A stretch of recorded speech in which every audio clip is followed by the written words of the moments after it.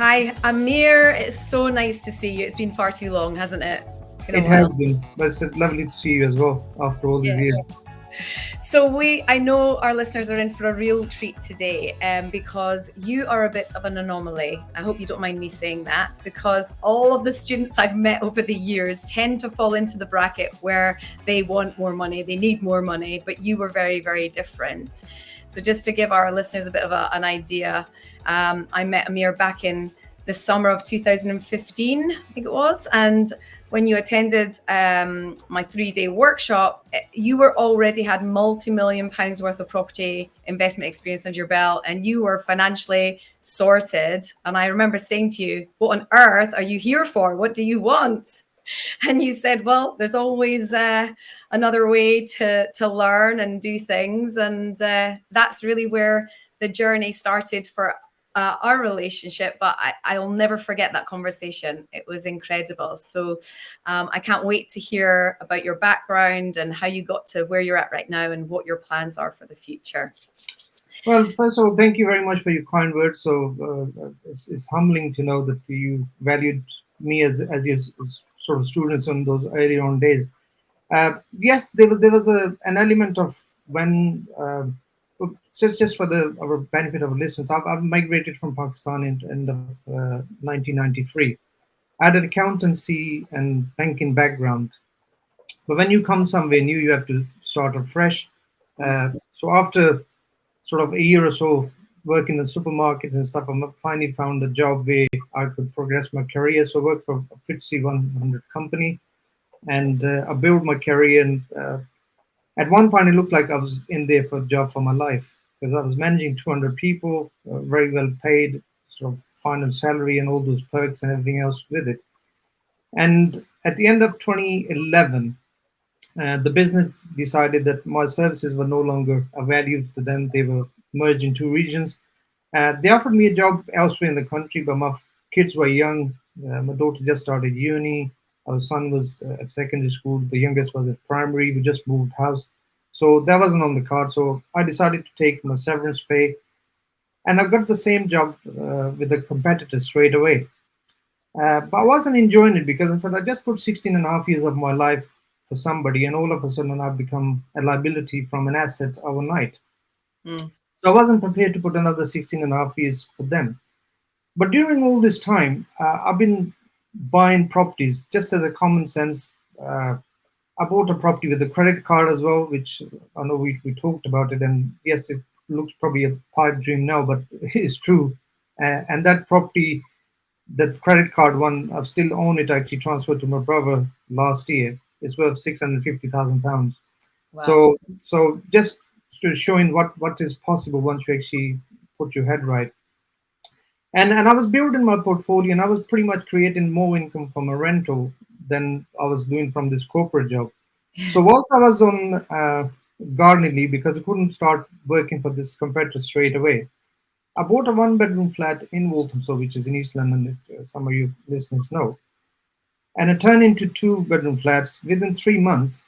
I know that people talk about 6 months restriction stuff, but if you end user as a cash buyer or did find it for their own residence, then there's no restriction. So I ended up making £45,000 profit in less than 3 months. Yep. So that's what made me started thinking that that's how much money I take home after full year's work, after paying all the taxes and stuff. So if I can probably do this more full time, um, then there's definitely, and that's where I started looking around and see where else can I get enhance my knowledge, and that's where I've come across the training you were running at the time. And even when I came to the training, I was in the process of buying a portfolio of 9 properties in London, which we used quite creative strategies. So that portfolio, we made £250,000 profit, the equity of 1.6 million, and cash flow of £8,000 a month. And in 2017, I won a Make a Wish award, which I know you were present at the time as well. Yeah. That's when we met after the training for the first time. And since then, I've been building my portfolio in sort of mainly around London. Then after the award, I was asked to do some mentoring.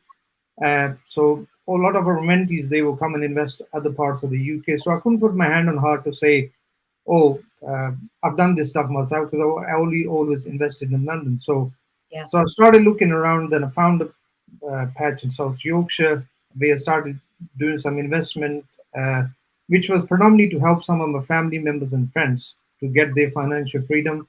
So far, I've helped many families. I've got 50 odd international students. They're investing successfully, and they all invest in the UK. Yeah. Yep. And that's where actually in September of 2012, I said goodbye to my corporate life, which was quite handsome salary and stuff. And even my boss was saying, I need to decide about your future. So no, it's my life. I'm going Yeah. to make the decision. And I moved on, and the rest is history. Yeah. Uh, so a lot of portfolio has been built. So it's buy to let, traditional buy to lets, HMOs, commercial, residential. Uh, in the last 12 months, I've developed and sold over £4 million worth of property in London. There were some high-end flats. Just as we speak, I'm due to finish a office to residential conversion of 20 apartments. We aim to finish the work by August, so about 2.5 months from now. And that'll be then valued for 4.5 million, which will give us about gross profit of about £700,000 plus £26,000 in rental income per month, and after the mortgage and stuff, we'll be clearing about £10,000 a month. Wow. People talk about financial freedom. So, how many of these projects you need to actually get to that number? And it's not so much driven by about the greed. It's to do with what is my why, Yeah. because from the childhood up, I've been always sort of attached to doing the charitable stuff, but with the limited resources yourself, you run out of money very quickly because there's only so many people you can help with. Yeah. So I think that was the sort of stumbling block of that where is where I can make a difference. And up until the time when I actually went through a lot of personal development, where I could remove the guilt of being wealthy, because part of the world I come from, majority of people with wealth, either they corrupt or they don't have the either they born with silver spoon. Other than that, Yeah. and not many people are wealthy. So there was always this stigma of being wealthy is being corrupt in some sense. But when I managed to align my values with wealth building, because the more people I can help with, and some of the sort of notable effects. And this is not about the brag about the things me and my business partners have done. Is Yeah. actually to just see that how many lives you can change. So in the last 3-4 years, we uh, funded about 350 eye surgeries. We opened up a new eye clinic in Iraq. We've done a lot of water wells in Africa and Pakistan. Recently, there's been a lot of flooding, so we help in a lot of families rebuild their houses and things like that. So that actually what keeps me going, because I'm generally quite a modest person. I don't need a huge sort of income to live off, but it's how many lives I can change along the way. I know my immediate family's needs are looked after, but it's a wider community where you can lend a hand Yeah. is what makes a difference. And this was incredible because that's exactly what I think made you stick in my mind, because your desire was to help other people. Once you've got, your initial why of working out that corporate life salary, you can make more elsewhere. And once you've got yourself and your family, immediate family sorted out, then what keeps you going? Because, like you say, in the last year, doing 4 million quid or some million quid's worth of sales in London, those numbers are so big to some of our listeners. They'll be thinking, why on earth do you still do it? So we'll come back to the charity stuff for sure, because that is a really strong why that keeps you going. A lot of our students will be very interested in hearing how you started in London. I think it would be fair for me to say that even our listeners and students who live in London generally don't start investing in London because it just feels unattainable. The numbers are just too big. Talk to me about how you, or what strategy you started with in London. Was it mainly flips? How did you get the capital? Like, talk us through that, because that's what all the listeners will be keen to hear about. Well, I think I just mentioned in the intro first that there was one property bought with a credit card. So Yeah, tell that's me. going back to about 10% deposit days and stuff. So and my wife used to say that every time you go more than £10,000 in your bank, you start itching because then you need to buy another property. Yep. And I said it doesn't make sense to actually have the money sitting in the bank because then that's where you can start to invest. And it's ironic thing that one of our business partners he started investing in Dubai, Okay. uh, and uh, and he was showing me the figures making 30% return and all that kind of stuff. And he was asking me to join hand. And I said, look, first of all, I don't have the capital to invest in that part of the world. And secondly, I want to actually touch and feel, what I'm investing in. Yep. Well, so I stayed on course with sort of just building my portfolio slowly because a lot of people can tell you is getting rich overnight and it doesn't work. Yeah. So it's definitely makes you wealth, but it's a long term game plan, and you have to stick to the basics and not get emotionally distracted. Um, so unfortunately, he ended up buying a lot of sand for a lot of money because Wow. some of the developments didn't come through and everything else. And now, whereas on the contrast, I was building slowly a buy to let to another buy to let, and then also what was helped with the equity increase because it was being in a fortunate market at the time. Obviously, the tide is turning now, and that's where it actually shows the resilience. And it's one of Warren Buffett's statements is actually when the tide is down, then you figure out who's been swimming naked. So I know it's a little bit gross, but it actually does bring the message home that you need to be not that much exposed Yep. and stick to the basic. So yeah, initially it was very very simple, and then I became an accidental HMO landlord, Okay. and that was before any formal training because I rented one of my former homes. So initially I started from one property, moved to another. I rented that one out, then I moved to the other third one. So we've done it about 6 times, Okay. and I didn't sell any of these properties. I would just putting them let to buy and then just moving on. So one of our properties in London, I actually rented to an agent, and I didn't realize he was actually renting by rooms. Ah. So I get a letter from the council saying, "Oh, you need to get an HMO license." So I said, "What are you talking about? What is an HMO license?" And also, I'm not letting the rooms. And she was actually quite polite, but she said, "Look, Mr. Safdar, we got evidence that you've got unrelated people living there, so we can help you get your sort of compliance and stuff." And that's where I actually found out what an HMO is.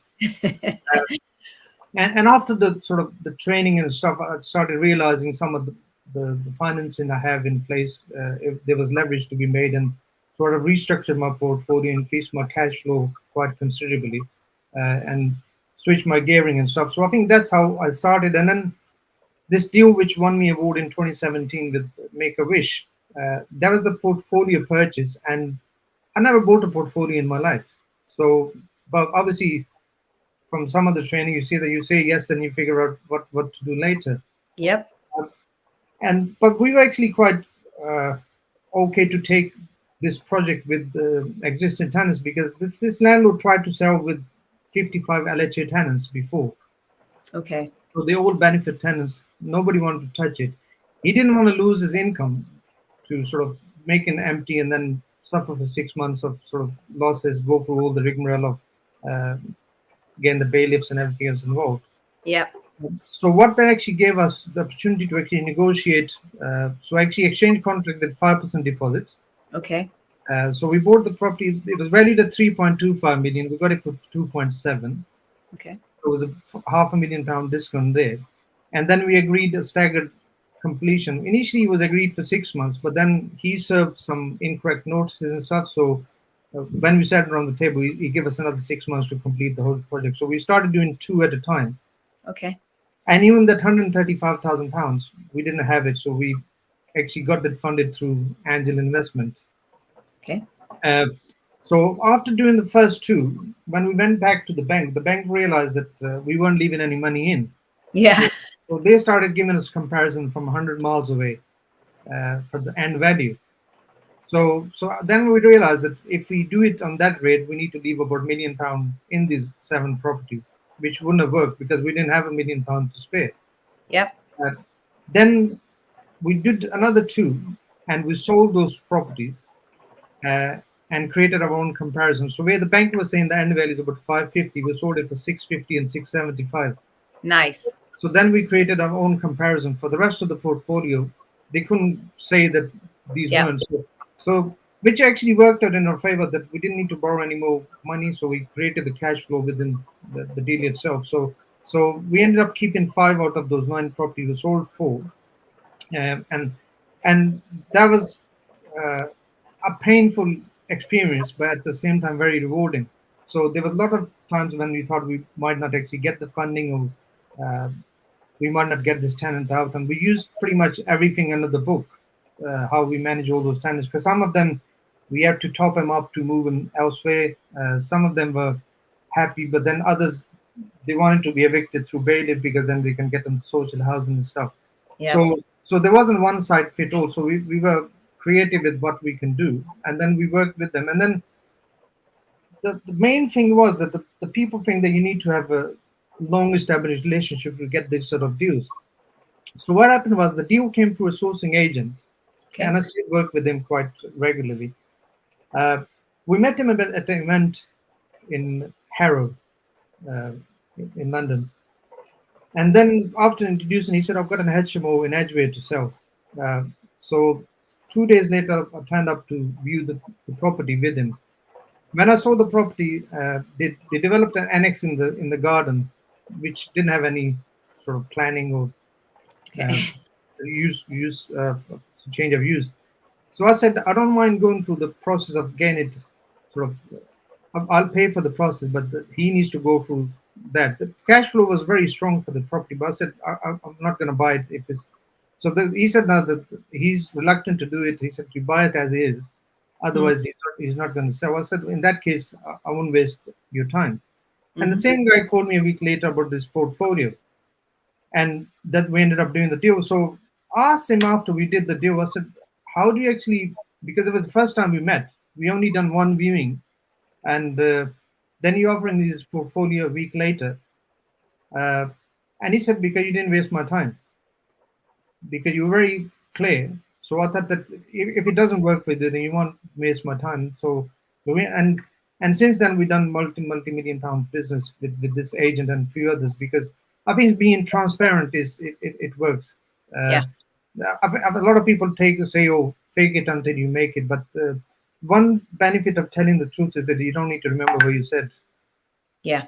That's it, right? Yeah, Because you can catch yourself out. exactly. So being transparent, and so whether it's London or anywhere else, you need to stick to the basics. Yeah. Because that's interesting that buying a portfolio, the deal that got you the award, you said it had its challenges. Every one of those transactions, every one of those properties had a different scenario. And I think maybe people, when they're starting out, they would just look at that price of 2 point whatever million, think, oh, I don't have that, and therefore not even go down that road. But when you structure it and you think, actually, it doesn't matter about the number of zeros in the Yeah. transaction, London market or Scottish market or wherever, actually, like you say, stick to the basics, make sure it stacks up. And there will be challenges along the way. The first deal is always quite tricky emotionally, mentally. Things are going to come up that you've never been or never come across before. But yeah, it's really interesting that you've said about the hotel that you've made a loss on. We're very open about things that we wish we'd done differently or should have looked at differently. I Um, think it's a simple thing that if somebody can't show you the scars of the battle, that means they haven't actually been to one. Or if they did, then obviously they didn't make it out. But if anybody tells you that they never made a loss in property or whatever business they're doing, they're definitely not being truthful. Nobody's that lucky. or they haven't tried hard enough. Yeah, exactly. So Yeah, they're not actually growing. yeah, absolutely. So that's the reality. Yes, you'll face challenges, but as long as you're resilient, you get the right people around you, you get the right environment, and building power team and relationship. That's what really makes a difference. Yeah. So do you set aside a certain amount that you need to allocate to certain charities, and then you use your property as the vehicle to go out there and create it each year? Or is it a monthly um uh like amount that you know that you need to set aside from them on cash flow, and you have one deal that's just for one particular charity? How do you manage that? Because I know that your charity work is a huge part of why you do this. Again, I think the unfortunate situation we're in is that it doesn't matter how much money you have, there's always more needy hands around.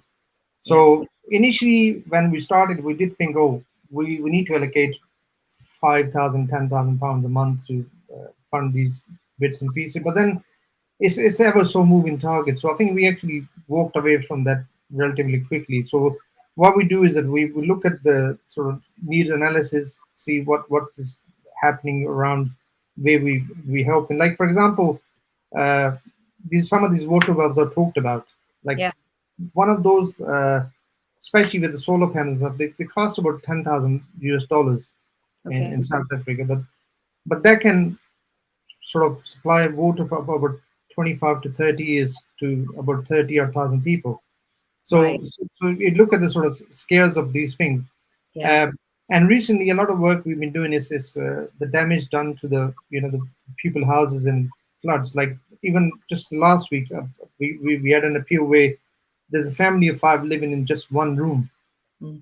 and we just sort of custom. So we're going to build another couple of rooms for them, and this is just one of 1,000 stories. That it's I think it's ever revolving sort of target and stuff. So we're just making sure that we just keep on fulfilling all these things.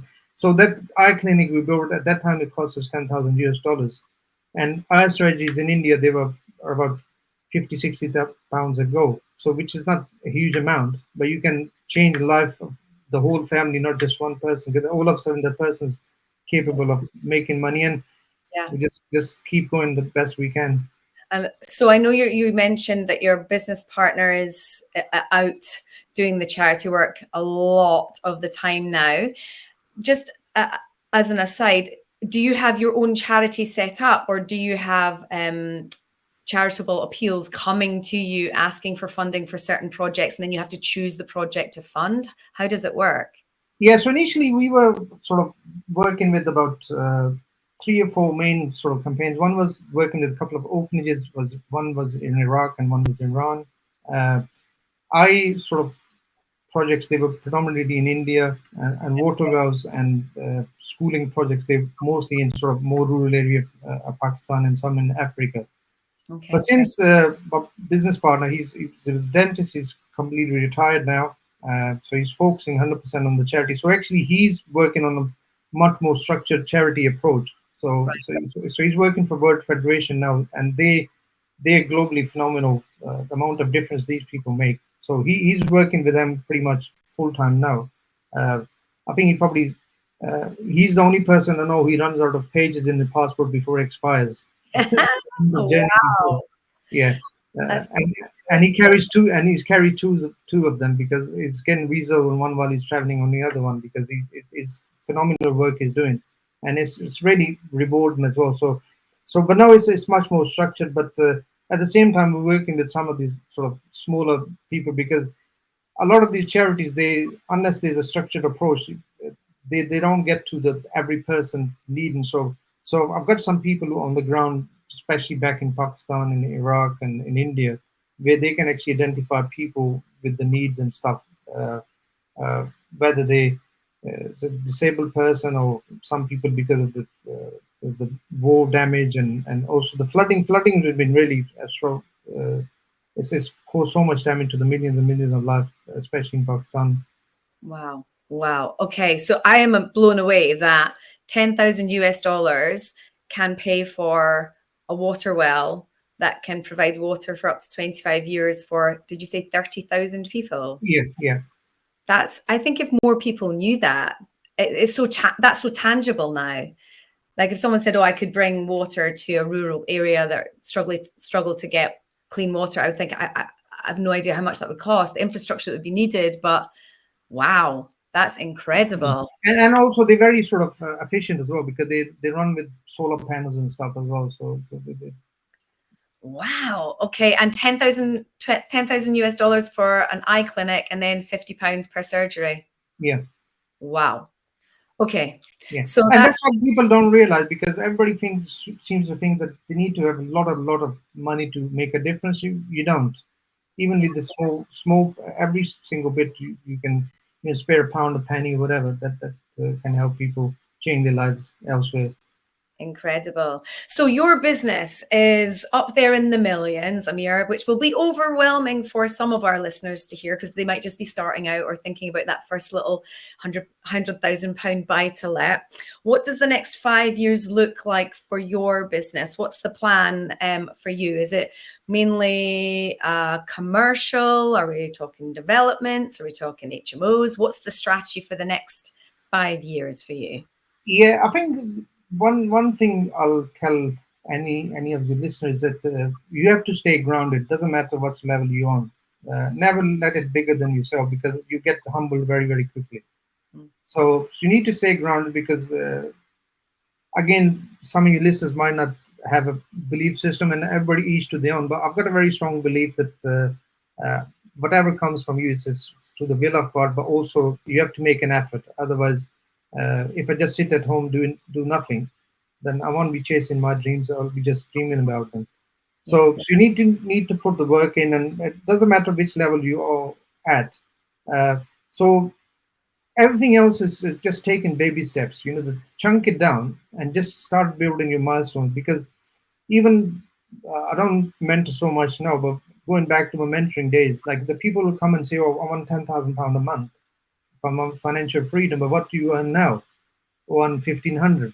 So let's look at replacing that 1,500 first, Yeah. and then the next phase will be how we can get to that £10,000, given your resources, circumstances, and everything else you got around you.